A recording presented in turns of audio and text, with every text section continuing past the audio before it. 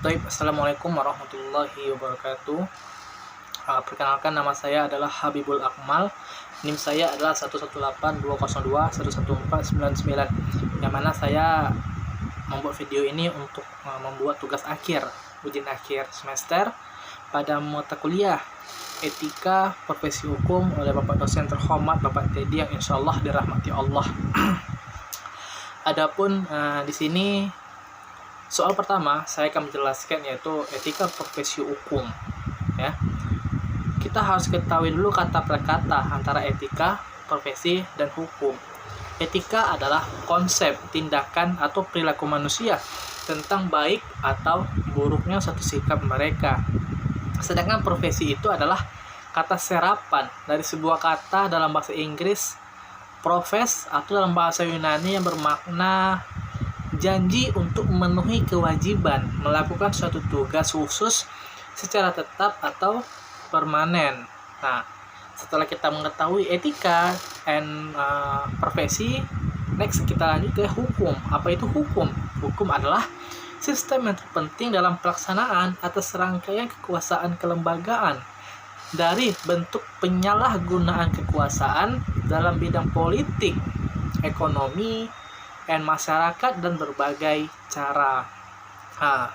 Jadi etika profesi itu adalah sebagai sikap hidup yang mana berupa kesediaan untuk memberikan pelayanan profesional di bidang hukum terhadap masyarakat dengan keterlibatan penuh dan keahlian khusus sebagai pelayanan dalam rangka melaksanakan tugas dan berupa kewajiban terhadap masyarakat yang membutuhkan pelayanan hukum dengan disertai refleks yang seksama.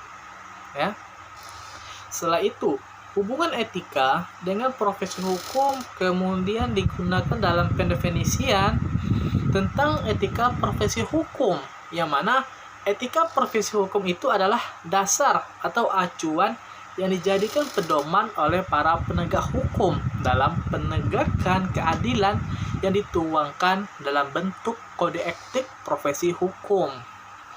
Nah, setelah itu, kalau kita hubungkan dengan etika, suatu profesi dapat dikatakan bahwa kode etik mencakup usaha untuk menegakkan dan menjamin etika, tetapi yang dimaksud pula untuk melampauinya, misalnya nih ya, dengan adanya suatu standar profesional, kode etik menimba kekuatan dari etika itu tersebut, tetapi juga harus memperkuatnya.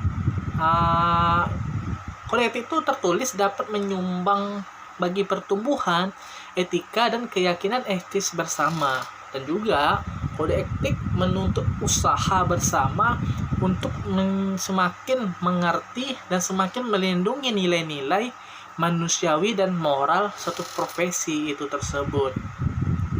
Selanjutnya yaitu etika profesi hukum ini menjadi pegangan karena memiliki standar dan mengikat pada profesi hukumnya. Maka dari itu, para profesi hukum harus memegang teguh etika dan tanggung jawab yang menjadi tugas para profesi hukum untuk minimalisir terjadinya kecurangan saat melaksanakan tugas. Tentu pada zaman sekarang banyak para advokat atau yang lain-lainnya penegak hukum yang mana mereka ini bersebelah atau melakukan kesalahan yang merugikan masyarakat.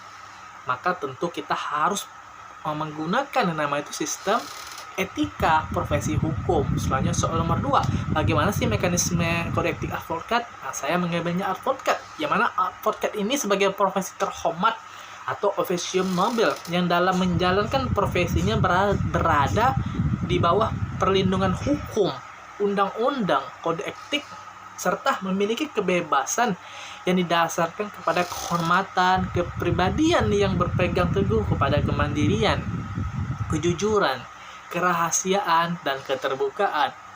Bahwa profesi advokat itu selaku penegak hukum yang sejajar dengan instansi penegak hukum lainnya. Oleh karena itu, satu sama lainnya harus saling menghargai antara teman sejawat dan juga antara penegak hukum lainnya. Dan juga oleh karena itu setiap advokat itu harus menjaga citra, martabat, kehormatan, profesi, serta harus profesional lah dalam menjunjung tinggi kode etik dan sumpah profesi. Yang mana di saat pelaksanaannya mereka itu diawasi oleh Dewan Kehormatan sebagai suatu lembaga yang eksistensinya harus diakui oleh setiap advokat tanpa melihat dari mana ia berasal, organisasi mana ia berasal, anggota mana ia berasal. Yang mana saat mengucapkan sumpah profesi yang tersirat pengakuannya, kepatuhannya terhadap kode etik advokat yang berlaku. Dengan demikian, kode etik advokat di Indonesia adalah sebagai hukum tertinggi dalam menjalankan profesi yang menjamin dan melindungi, namun membebankan kewajibannya kepada setiap advokat untuk jujur dan bertanggung jawab dalam menjalankan profesinya, baik kepada kliennya, pengadilan, negara, masyarakat, yang terpenting dan khususnya yaitu kepada dirinya sendiri. Adapun contoh yang saya ambil lah di contoh seorang advokat yang melakukan pelanggaran kode etik ya, saya mengambilnya dalam 2 orang ya, atau 2 contoh. Pertama itu ada namanya itu Manatap Ambarita ya, mungkin namanya sudah tidak asing lagi, yaitu ia divonis bersalah karena menghalangi proses pemeriksaan oleh kejaksaan terhadap tersangka tindak pidana korupsi penyalahgunaan sisa anggaran pada tahun 2005 di Dinas Kepraswil Kabupaten Mentawai, Provinsi Sumatera Barat, yang mana Ambarita ini mendapat dijatuhi hukuman penjara yaitu 1,5 tahun penjara oleh Pengadilan Negeri Padang pada tahun 2010, dan Mahkamah Agung menjatuhkan vonis 3 tahun penjara. Tapi pada tahun 2012 Ambarita ini masuk dalam DPO, yaitu dalam pencarian orang buron oleh Kejaksaan Negeri Mentawai. Yang kedua, ini namanya juga nggak kalah viralnya, yaitu Lambertus Palang Ama. Lambertus Palang Ama ini adalah divonis bersalah karena memberikan keterangan palsu dan merekayasa asal-usul uang 28 miliar dalam kasus Gayus Halomon Tambunan. Dia dijatuhi hukuman 3 tahun penjara ditambah denda 150 juta oleh Pengadilan Negeri Jakarta Selatan. Dari contoh-contoh yang dapat kita lihat tadi, dapat kita ambil satu kesimpulan. Apa itu kesimpulannya? Bahwasanya orang yang sudah mengerti etika, orang sudah mengerti profesi, orang sudah mengerti hukum, masih saja mereka melakukan tindakan-tindakan yang merugikan masyarakat. Apalagi bagi mereka-mereka yang tidak belajar sama sekali apa itu etika profesi hukum. Jadi sangat kuat, sangat erat hubungannya apabila kita harus mempelajari etika profesi hukum untuk menjadikan bekal kita untuk menjadi penegak hukum yang hebat, adil di Indonesia. Dan paling terpenting adalah keadilan kemanusiawi yang harus kita tuntut dalam penegakan hukum. Karena zaman sekarang kita lihat banyak hukum itu yang tumpul, sangat banyak.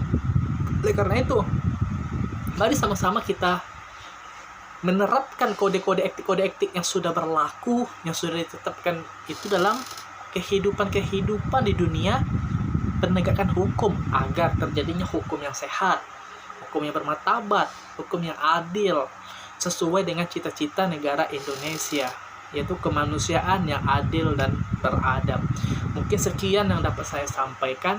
Lebih dan kurangnya saya mohon maaf. Bila ada satu kesalahan, itu tentu datang dari saya. Sedangkan jika kebetulan atau hal-hal yang benar, itu tentu datangnya dari Allah. Lebih dan kurang saya mohon maaf. Terima kasih sebelumnya kepada Bapak Teddy yang sudah memberikan ilmu-ilmunya kepada kami, terutama kepada saya.